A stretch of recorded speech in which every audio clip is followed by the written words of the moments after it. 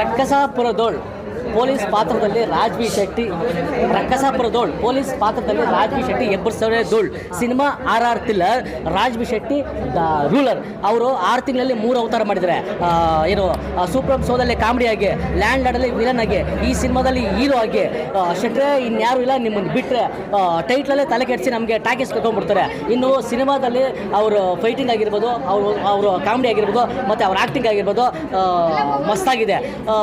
ಸಿನಿಮಾದಲ್ಲಿ ಏನಂತ ಕೇಳಿದ್ರೆ ರಕ್ಕಸಪುರದಲ್ಲಿ ಒಂದು ನಡೆಯುವಂಥ ಒಂದು ಸ್ಟೋರಿನ ವಿಭಿನ್ನವಾಗಿ ತೋರಿಸೋರೆ. ಅಂದರೆ ನಾವು ಎಕ್ಸ್ಪೆಕ್ಟೇಷನ್ ಏನೋ ಒಂದು ರೇಂಜ್ ನಾವು ಮಾಡ್ಕೊಂಡಿರ್ತೀವಿ, ಸಿನಿಮಾ ಈ ಥರ ಇರ್ಬೋದು ಅಂತ.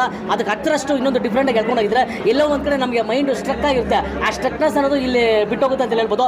ಅರ್ಜುನ್ ಜನ ಮಾತ್ರ ಮ್ಯೂಸಿಕ್ ಸರ್ ಸಖತ್ತಾಗಿ ಅಲ್ಲಾಡಿಸ್ಬಿಟ್ಟವ್ರೆ. ಇದು ವಿಲನ್ ಪಾತ್ರದಲ್ಲಿ ಹೇಳ್ಬೇಕು, ಯಾರೋ ಹೊಸದಾಗಿ ಮಾಡಿದ್ರ ವಿಲನ್ ನಾವೆಲ್ಲಿ ಯಾವ ಇದ್ರ ಸೋಷಿಯಲ್ ಮೀಡಿಯಾದಲ್ಲಿ ನೋಡಿದ್ರ ಸರ್ ಖರಾಬಾಗಿ ಹೇಳ್ಕೊಂಡು. ಮೂವಿ ಆ್ಯಕ್ಚುಲಿ ಇಂಟರ್ವಲ್ವರೆಗೂ ಒಂಥರ ತೊಗೊಂಡೋದ್ರೆ ಇಂಟರ್ವಲ್ ಆದಮೇಲೆ ಇನ್ನೊಂದು ಥರ ಟ್ವಿಸ್ಟ್ ಇದೆ. ತುಂಬಾ ಚೆನ್ನಾಗಿ ಅದ್ಭುತವಾಗಿ ಮೂಡ್ ಬಂದಿದೆ ಇಂಟರ್ವಲ್ ಆದಮೇಲೆ ಕೂಡ. ಯಾಕಂದರೆ ಟ್ವಿಸ್ಟ್ ಅನ್ನೋದು ಒಂದು ಡಿಫ್ರೆಂಟ್ ಶೈಲಿಲಿ ತೋರಿಸಿದ್ದಾರೆ. ಲೈಕ್ ಫಸ್ಟ್ ಕೊಳ್ಳಿದೇವ ಆ ಥರ ಎಲ್ಲ ಒಂದು ಎಕ್ಸ್ಪೆಕ್ಟ್ ಮಾಡ್ಕೊಂಡು ಬರ್ತೀವಿ. ಅದಾದಮೇಲೆ ಬಂದುಬಿಟ್ಟು ಅನಿರುದ್ಧ್ ಅವ್ರ ಕ್ಯಾರೆಕ್ಟರ್ ಏನು ಅಬ್ನಾರ್ಮಲ್ ಆಗಿ ತೋರಿಸಿದ್ದಾರೆ, ಒಂದು ಡಿಫ್ರೆಂಟ್ ಶೇಡಲ್ಲಿ.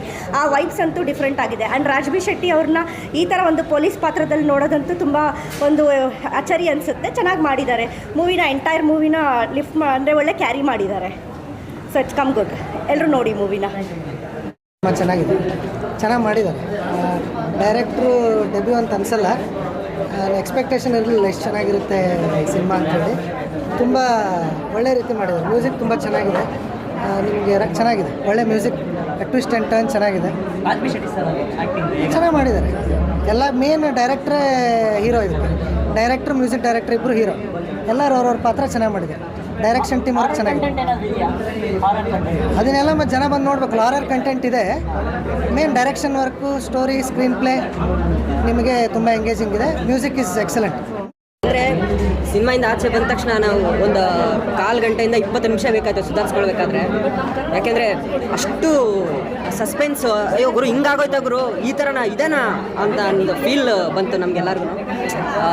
ಪ್ರತಿಯೊಂದು ಸೀನ್ ಆಗಿರ್ಬೋದು, ಶಾರ್ಟ್ ಆಗಿರ್ಬೋದು, ಎಲ್ಲದರಲ್ಲೂ ಕೂತ್ಕೊಂಡು ನೋಡ್ತಿರ್ಬೇಕಾದ್ರೆ ಸೀಟ್ ಎಡ್ಜು ಅಯ್ಯೋ ಇನ್ನೇನು ಇದೆ ಹಿಂಗಾಗೋಯ್ತಾ ಈ ಥರ ಫೀಲ್ ಅನಿಸ್ಬಿಡುತ್ತೆ. ತುಂಬ ಚೆನ್ನಾಗಿದೆ ಸಿನಿಮಾ ಮಾತ್ರ. ಆಮೇಲೆ ರಾಜ್ಬಿ ಶೆಟ್ಟಿ ಬಗ್ಗೆ ನಾವು ಯಾರು ಮಾತಾಡೋಂಗೇ ಇಲ್ಲ. ತುಂಬ ಚೆನ್ನಾಗಿ ಪರ್ಫಾರ್ಮೆನ್ಸ್ ಮಾಡಿದ್ದಾರೆ. ಆಮೇಲೆ ಯಾರು ಬರೋದು ವಿಲನ್ನು, ಯಪ್ಪ ಎಕ್ಸ್ಟ್ರಾರ್ಡಿನರಿ. ಅಂದರೆ ಹೊಸ ಪ್ರತಿಭೆ ಅಂತ ಅಂದ್ಬಿಟ್ಟು ಹೇಳ್ತಾ ಇದ್ರು. ಆ ಹೊಸ ಪ್ರತಿಭೆನ ಯಾರು ಅಂತ ಅಂದ್ಬಿಟ್ಟು ನೋಡಿದಾಗ ತುಂಬ ಖುಷಿ ಆಯ್ತು. ನಾವು ಆ್ಯಕ್ಚುಲಿ ಅಂದ್ಕೊಂಡ್ವಿ ಬಂತಾರೆ ಅವ್ರು ಇವತ್ತು ಅಂತ ಅಂದ್ಬಿಟ್ಟು, ಬಂದಿಲ್ಲ ಅವರು. ತುಂಬ ಚೆನ್ನಾಗಿ ಮಾಡಿದ್ದಾರೆ. ಎಲ್ಲರೂ ದಯವಿಟ್ಟು ಈ ಒಂದು ಸಿನಿಮಾನ, ಸಸ್ಪೆನ್ಸ್ ಸಿನಿಮಾ ಆಗಿರೋದ್ರಿಂದ ಎಲ್ಲರೂ ಬಂದು ಥಿಯೇಟ್ರಿಗೆ ಬಂದು ಎಕ್ಸ್ಪೀರಿಯನ್ಸ್ ಮಾಡಿ ಅಂತ ಅಂದ್ಬಿಟ್ಟು ಕೇಳ್ಕೊತೀವಿ. Thank you.